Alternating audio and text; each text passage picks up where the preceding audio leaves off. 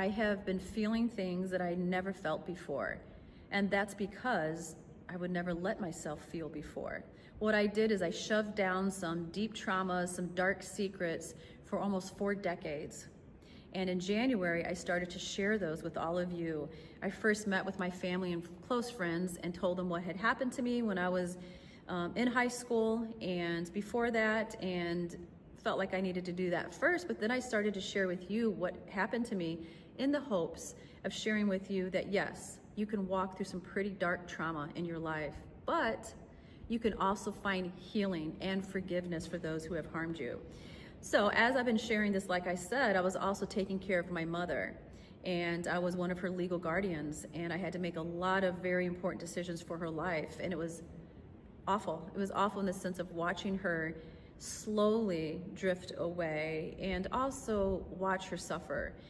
And I've been doing that for a couple of years. So in January, I share my story. Part of it included some of the poor decisions that she made when I was younger, which caused me to walk through a lot of trauma because of her decisions. And I also felt like she abandoned me when I was 11 years old. So if you want to hear the story of what happened to me with sexual abuse by my stepfather, as well as a pastor who I moved in to his home for a few years, you can go back and listen to those videos. But today I wanted to touch base and share with you what has been going on in my world as of late. And I've got to tell you, the whole process of deep healing is deeply humbling, and I am being humbled.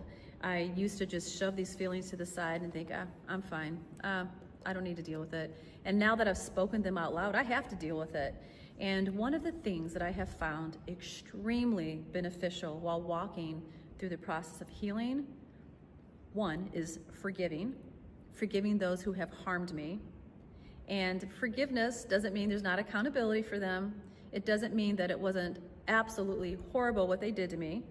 But what it means is I am no longer chained to those who have harmed me, because I have chosen, not by the way that I feel, but out of obedience to God, I have chosen to forgive my abusers and forgive my mom and forgive even myself, and just forgive. And I'm no longer bound to these traumas and these people because I've chosen to forgive. So if you haven't done that in your life, go to God and ask Him to help you forgive. The other thing that has been extremely beneficial is lately I have been noticing intrusive thoughts. And I know they're from the enemy, and I know it's part of this healing process as well. And for me, what I have found very beneficial is to start speaking